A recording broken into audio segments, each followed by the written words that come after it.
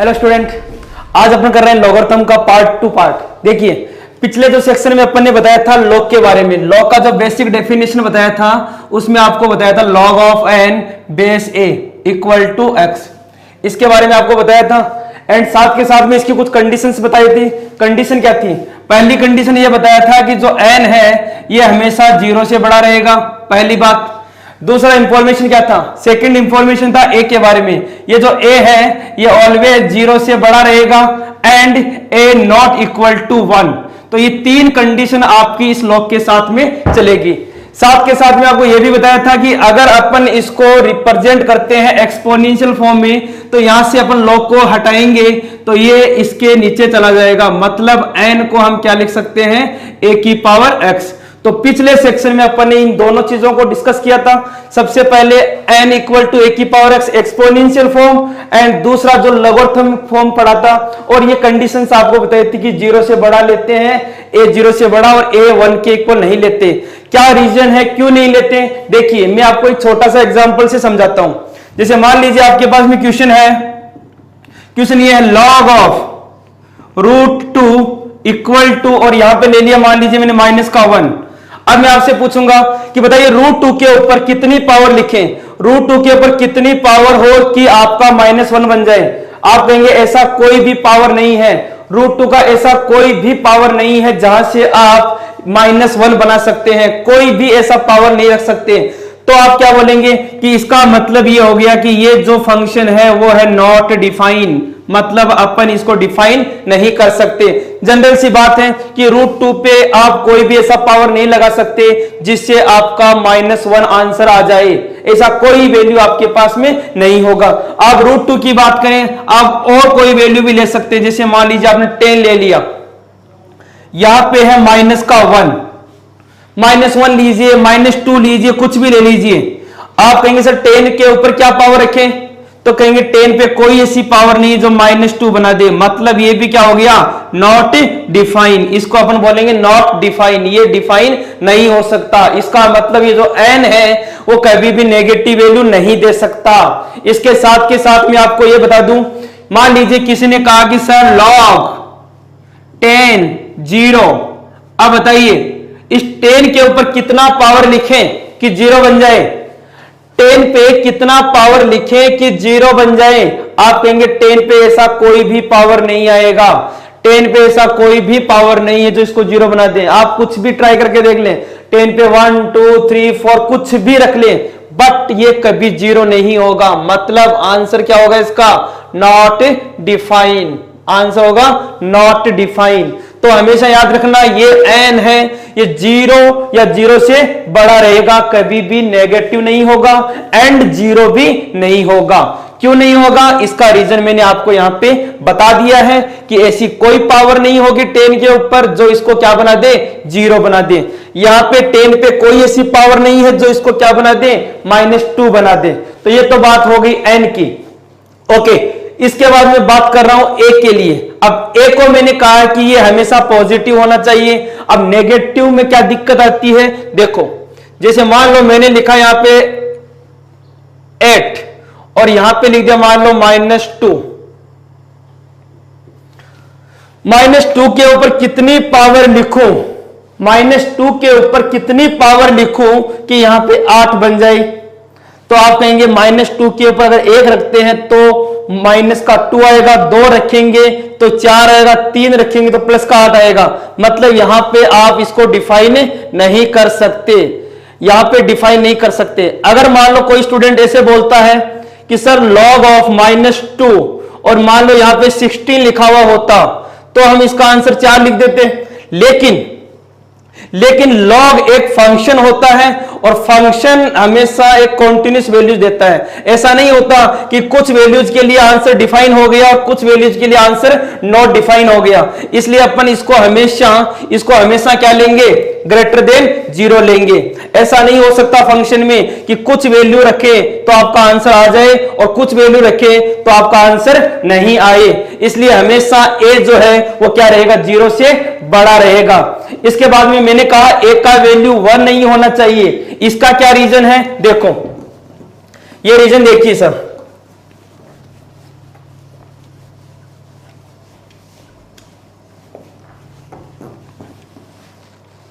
Yes, मान लो मैंने यहां लिया 1 और यहां पे लिया मान लो 5। मैं कहूंगा 1 पे कितनी पावर रखूं कि 5 बन जाए? कभी नहीं बनेगा। 1 पे कितनी पावर रखूं कि 5 बन जाए? नहीं बनेगा। अच्छा, इसके अलावा मान लीजिए मैं ये कह दूं कि जैसे मान लीजिए यहां पे लिखा हुआ 2, अब 1 के ऊपर कितनी पावर लिखूं कि यहां पे 2 बन जाए? मान लो यहां पे 1 लिख दिया, अब कोई स्टूडेंट कहा 1 के ऊपर 1 रख दीजिए, आपका क्या बन जाएगा? 1 बन जाएगा। मैं कहूंगा 1 पे आप 1 रखेंगे तो भी 1 बनेगा, 1 के ऊपर आप 2 रखेंगे तो भी 1 बनेगा, 1 के ऊपर आप 3 रखेंगे तो भी 1 बनेगा। तो कहने का मतलब क्या हो रहा है कि एक 1 के लिए आपके डिफरेंट डिफरेंट आंसर आ रहे हैं। और अगर फंक्शन की डेफिनेशन के अकॉर्डिंग देखा जाए तो ऐसा नहीं हो सकता। ऐसा नहीं कि आप 1 रख रहे हैं तो कभी 1 आंसर आ रहा है, 2 आ रहा है, 3 आ रहा है। मैथमेटिक्स में ऐसा नहीं हो सकता कि आप एक ही फंक्शन के लिए डिफरेंट डिफरेंट आंसर आ रहे हो। इसका मतलब 1 है, ये कभी भी नहीं लेना। ए जो है वो 1 कभी नहीं लेंगे।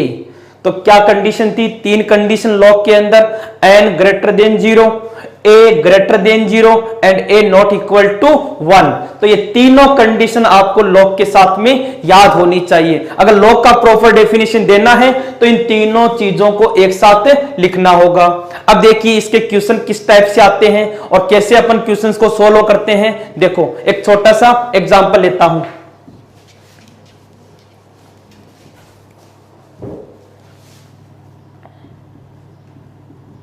Find value of x when log of for x minus 1। यहां पे गिवन है कि वैल्यू ऑफ x, x का वैल्यू क्या होगा कि इफ इट इज डिफाइन, ये डिफाइन है यहां पे log for x minus 1। तो आप कहेंगे कि सबसे पहले अगर लॉग डिफाइन है तो मुझे 3 इंपॉर्टेंट बातें देखनी होगी।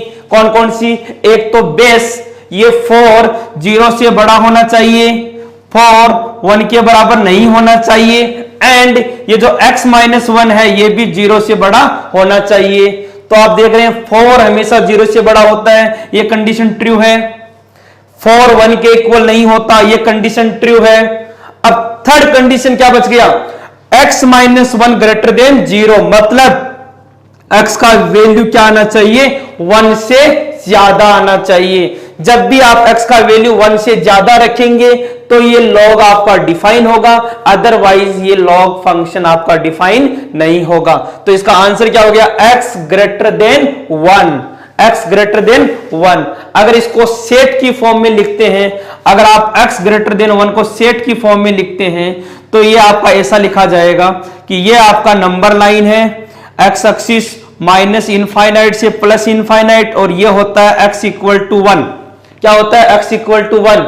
आपका आंसर 1 से ग्रेटर है, x का वैल्यू 1 से ज्यादा है, इसका मतलब ये वाला आंसर आपका आ रहा है। तो इसको सेट की फॉर्म में कैसे लिखेंगे? इसको सेट की फॉर्म में लिखेंगे x belongs 1 to infinite, 1 to infinite. ध्यान दीजिएगा 1 को इंक्लूड नहीं करना। अगर मैं यहां पे इक्वल लिखता तो यहां पे क्या आता? क्लोज, लेकिन इक्वल नहीं लिख सकते। क्यों? क्योंकि ये value only and only greater than 0 के लिए डिफाइन है, नॉट इक्वल टू 0, 0 के इक्वल नहीं हो सकता। तो यहां पे कौन सा साइन आएगा? ओपन इंटरवल आएगा। अगर आप 11th के स्टूडेंट हैं तो आपको बता दूं ये सेट थ्योरी वाला टॉपिक बाद में कराया जाएगा, और अगर आप टारगेट और 12th के स्टूडेंट हैं तो अच्छे से समझ जाएंगे कि x ग्रेटर देन 1 को सेट की फॉर्म में कैसे रिप्रेजेंट करते हैं, और 11th वाले स्टूडेंट्स के ये बाद में आएगा। ओके, एक और एग्जांपल लेते हैं। देखो ये सर यहां पे मैंने 3 एग्जांपल लिए हैं। पहला example, find value of x for that log 5x minus 4। अगर ये फंक्शन डिफाइन है तो आपको इसमें क्या चीजें देखनी है? आपको 3 बातें देखनी होगी। कौन कौन सी? सबसे पहले ये x माइनस 4 जो है, x माइनस 4 जो है वो नॉट इक्वल टू 0 होना, सॉरी ग्रेटर देन 0 होना चाहिए। x माइनस 4 क्या होना चाहिए? ग्रेटर देन 0 होना चाहिए। सेकंड क्या हो गया? x minus 4 not equal to 1 होना चाहिए। थर्ड थर्ड n, जो n है वो 5 क्या होना चाहिए, 0 से ग्रेटर देन होना चाहिए। इन तीनों कंडीशन को जो सेटिस्फाई करेगा, जो x इन तीनों कंडीशन को सेटिस्फाइड करेगा वही अपना आंसर होगा। तो देखिए सॉल्व करते हैं। यहां से मुझे मिला कि x ग्रेटर देन 4, x का वैल्यू क्या होना चाहिए, 4 से बड़ा होना चाहिए। एंड यहां से x not equal to 5, x not equal to 5, 4 को इधर भेजेंगे, not equal to 5 and 5 greater than 0, ये हमेशा ट्रू होता है, ऑलवेज ट्रू। ओके, तो अब अगर अपन यहां से इसको एक साथ सेट की फॉर्म में लिखें तो कैसे लिखोगे, देखिए ध्यान से। ये आपका नंबर लाइन है, ये पॉइंट है x इक्वल टू 4, ये है x equal to 5।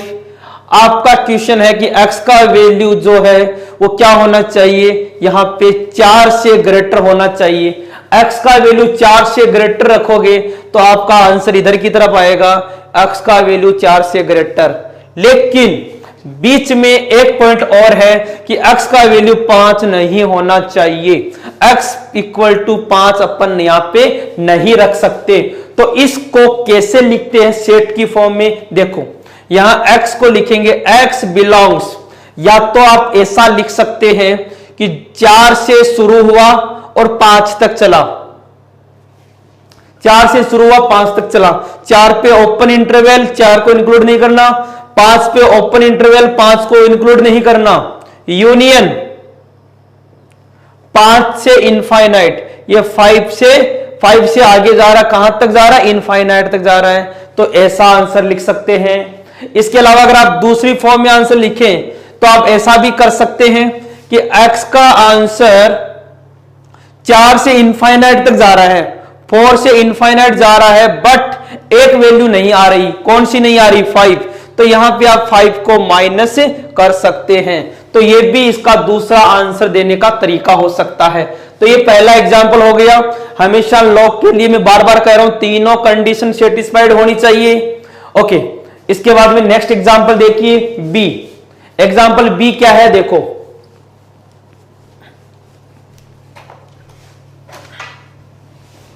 Example B में आपको बता रखा है लॉग बेस 5 3 माइनस 4x। तो यहां से 3 इंफॉर्मेशन लिखनी है। क्या क्या 3 इंफॉर्मेशन लिखनी है, पहला 5 greater than 0, 5 not equal to 1 and 3 minus 4x greater than 0। इन तीनों इंफॉर्मेशन को लिखेंगे तो ये बोलेंगे 5 ग्रेटर देन 0 ऑलवेज ट्रू, ये हमेशा ट्रू होता है। 5 नॉट इक्वल टू 1 ये हमेशा होता है। अब बच गया आपका third 3 minus 4x greater than 0। तो इसको कैसे सिंप्लीफाई करेंगे, यहां से सिंप्लीफाई करेंगे कि ये हो गया 3 greater than 4x, 3 greater than 4x मतलब 3/4 ग्रेटर देन x। x का वैल्यू क्या हो गया, x का वैल्यू 3/4 से छोटा होना चाहिए।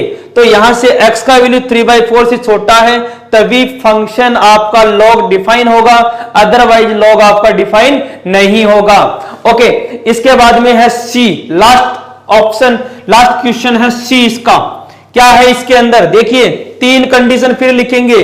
क्या क्या 3 कंडीशन मिलेगी यहां से आपको 3 कंडीशन मिलने वाली है। पहली base 1/2 greater than 0, second 1/2 not equal to 1 और third 8x minus 9 greater than 0। तो यहां से आप बोलेंगे 1/2 0 से हमेशा ग्रेटर होता है, ऑलवेज ट्रू, ये कंडीशन हमेशा ट्रू होती है। 1 हाफ के इक्वल नहीं होता, ऑलवेज ट्रू। थर्ड कंडीशन क्या है, 8x माइनस 9, 8x माइनस 9 0 से क्या होना चाहिए, ग्रेटर होना चाहिए। मतलब यहां से आप लिख सकते हैं 8x ग्रेटर देन 9 मतलब x greater than 9/8, x greater than 9/8, ये आपका फाइनल आंसर रहेगा।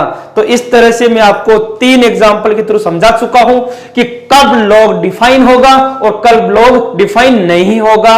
3 कंडीशन बता रखी है, ये वैल्यू 0 से बड़ा होना चाहिए, ये वैल्यू 0 से बड़ा होना चाहिए बट नॉट इक्वल टू 1 होना चाहिए। और इसके लिए जो भी कंडीशंस है अपन क्वेश्चन को सिंप्लीफाई करते हैं। और ये मोस्टली डोमेन और रेंज वाले कॉन्सेप्ट में बहुत यूज आता है। तो ये हो गया आपका बेसिक अबाउट लॉग। ओके, इसके बाद में आगे चलते हैं। देखो एक और एग्जांपल लेते हैं। डी क्वेश्चन है log of x minus 3 and x minus 4। अब यहां पे क्या बोलेंगे, अगर इस फंक्शन को डिफाइन होना है, अगर इस फंक्शन को डिफाइन होना है तो पहली बात x माइनस 3 जो है वो 0 से बड़ा होना चाहिए। दूसरा जो x माइनस 3 है ये 1 के इक्वल नहीं होना चाहिए। और चौथा जो है x माइनस 4 0 से बड़ा होना चाहिए। अब इन तीनों कंडीशन को फॉलो करके जो फंक्शन आएगा, जो x का वैल्यू आएगा, दैट इज फाइनल आंसर। तो आप बोलेंगे कि सर अगर मैं इसको सोल्व करता हूं तो आंसर आता है x ग्रेटर देन 3। अगर मैं इसको सोल्व करता हूं तो x ग्रेटर देन 4। अगर मैं इसको सोल्व करता हूं तो x नॉट इक्वल टू 4। इन तीनों इक्वेशंस को सिंप्लीफाई करते हैं। x का वैल्यू 3 से ग्रेटर होना चाहिए, x का वैल्यू 4 से ग्रेटर होना चाहिए और x का वैल्यू 4 नहीं होना चाहिए। तो अब इनको नंबर लाइन पे रिप्रेजेंट करेंगे। ये आपका नंबर लाइन है x एक्सिस। सबसे पहले 3, तो मैंने यहां पे 3 लिख दिया। ये है आपका 4, ये आपका 4 लिख दिया। क्या बोला कि x का वैल्यू 3 से ग्रेटर, आप कहेंगे सर इसका आंसर इधर होना चाहिए। यह बोला x का वैल्यू 4 से ग्रेटर, इसका आंसर इधर होना चाहिए। बोला x का वैल्यू 4 इक्वल नहीं होना चाहिए। यस, बिल्कुल इक्वल नहीं लेंगे, x का वैल्यू 4 नहीं लेंगे। तो इन दोनों में कॉमन आंसर कौन सा है? जो कॉमन आंसर है आपका ये वाला, यही आपका फाइनल आंसर होगा। तो आपका आंसर आ गया x बिलोंग्स 4 से इनफाइनाइट। तो इसको लिखेंगे 4 से इनफाइनाइट। ये आपका फाइनल आंसर हो गया। इस तरह से आप क्वेश्चंस को कंडीशंस के साथ में सिंप्लीफाई कर सकते हैं। तो ये था आपका पोर्शन डी। ओके, इसके बाद में आपको सिखाता हूं मैं एंटी लॉग प्रोसेस, कि एंटी लॉग कैसे लेते हैं, किस तरह से अपन एंटी लॉग लेते हैं। एक क्वेश्चन करते हैं एंटी लॉग का। देखो यस सर, ये क्वेश्चन है if log equal to x square minus 4x plus 5 equal to 0, then value of x, x का वैल्यू क्या होगा जिसके लिए यहां पे ये फंक्शन डिफाइन है। तो सबसे पहले मैं आपको बता दूं कि किसी भी फंक्शन में लॉग हटाते हैं तो एंटी लॉग लेते हैं। एंटी लॉग कैसे लेते हैं वो देखिए, मैं पहले भी आपको डिस्कस कर चुका हूं। अगर यहां पे कुछ नहीं लिखा हुआ तो मान लीजिए यहां पे क्या लिखा हुआ है, ई लिखा हुआ है, ई बेस नेचुरल बेस जिसको अपन बोलते हैं, ये लिखा हुआ है। ओके, एंटी लॉग प्रोसेस देखिए। एंटी लॉग प्रोसेस क्या है? एंटी लॉग प्रोसेस में आप इतना याद रखिए कि सर ये जो फंक्शन है इसको हम एंटी लॉग के थ्रू कैसे सॉल्व करेंगे। देखो मैं पहले भी डिस्कस कर चुका हूं। यहां से मैं इस लॉग को हटाऊंगा, इस लॉग पे डंडा मारूंगा तो क्या होगा, ये ई जो है वो कहां चला जाएगा, 0 के नीचे चला जाएगा। तो क्या बन जाएगा, ये बन जाएगा x square minus 4x plus का 5 इक्वल टू ई की पावर 0। क्या बन गया यहां पे, ई की पावर 0। मैंने क्या किया, एंटी लॉग लिया तो ये चला गया ई की पावर 0 में। क्या बन गया यहां से, x की पावर 2 माइनस 4x प्लस का 5 equal to 1, then x square minus 4x, ये हो गया प्लस का 4 equal to 0, x minus 2 equal to 0। x का वैल्यू क्या आ गया, 2। x का वैल्यू क्या आ गया, यहां से 2 आ गया। अब ध्यान से सुन लीजिए, ये क्वेश्चन एनडीए में आता है 2-3 तरह से। एक, x का वैल्यू क्या होगा, दूसरा नंबर ऑफ सॉल्यूशन क्या होंगे, तीसरा पॉजिटिव या रियल सॉल्यूशन क्या होंगे, या नॉन नेगेटिव सॉल्यूशन क्या होंगे। इस टाइप के बहुत तरह से क्वेश्चन को पूछा जाता है। मैं आपको बता दूं, सिंप्लीफाई करने का प्रोसीजर यही होगा। एंड लास्ट में आपको क्या करना है, ये जो आपका सॉल्यूशन आया है 2, जो सॉल्यूशन आया है 2, इस 2 को आप यहां पे सेटिस्फाइड करा के जरूर देख लेना। क्योंकि मैंने आपको कहा था कि अगर लॉग डिफाइन है तो ये क्या होना चाहिए, पॉजिटिव होना चाहिए। तो आप 2 को यहां रखेंगे तो देखो 2 को यहां रखा तो 4 माइनस 8 प्लस का 5, मतलब आप कहेंगे कि सर यहां से अगर आप रखते हैं 2 तो 2 का स्क्वायर 4, 8 और ये 5, ये एक पॉजिटिव वैल्यू आ रहा है, पॉजिटिव आ रहा है, इसका मतलब यहां पे कोई टेंशन नहीं है।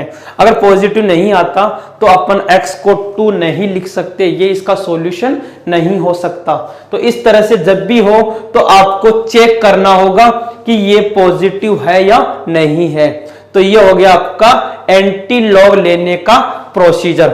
ओके, इसके बाद में एक और क्वेश्चन करते हैं। देखो यस सर, मैंने यहां पे 3 क्वेश्चन लिख रखे हैं आपके सामने। क्वेश्चन नंबर 1 जिसमें लिखा हुआ log 10 1 degree into log 10 2 degree into log 10 3 degree into dot dot dot log 10 89 degree. इसी तरह क्वेश्चन नंबर 2 लिखा हुआ है log cos 60 degree sin 30 degree. And question number जो 3 है ये लिखा हुआ है आपका log 10 45 degree base cot 45 degree. बहुत ही इंटरेस्टिंग क्वेश्चन है और इंपॉर्टेंट क्वेश्चन है। देखो कैसे करते हैं। सबसे पहले मैं कह रहा हूं सारे क्वेश्चन लॉजिकली सॉल्व होंगे, आपको यहां पे कोई फंडा नहीं लगाना। मैंने अभी तक आपको लॉ की प्रॉपर्टीज नहीं कराई है, डायरेक्टली जो बातें बताई है उन्हीं से ये क्वेश्चन हो जाएगा। तो देखो यहां से वैल्यू निकालेंगे तो बताइए कितना वैल्यू आएगा। आप कहेंगे सर 10 1 डिग्री का वैल्यू तो हम नहीं जानते, 2 डिग्री का नहीं जानते, कैसे रखेंगे? तो मैं बता दूं आपको, जैसे जैसे आप कंटिन्यू चलेंगे 1 2 3 4 5 तो कहीं ना कहीं 10 45 डिग्री भी आएगा। और 10 45 डिग्री का वैल्यू क्या होता है? 1 होता है। 10 45 का वैल्यू 1 होता है तो इस log 10 45 को आप क्या लिखेंगे सर? 10 45 डिग्री आएगा कहीं ना कहीं पे log 1 टू द बेस 2 और log 1 का वैल्यू क्या होता है? 0।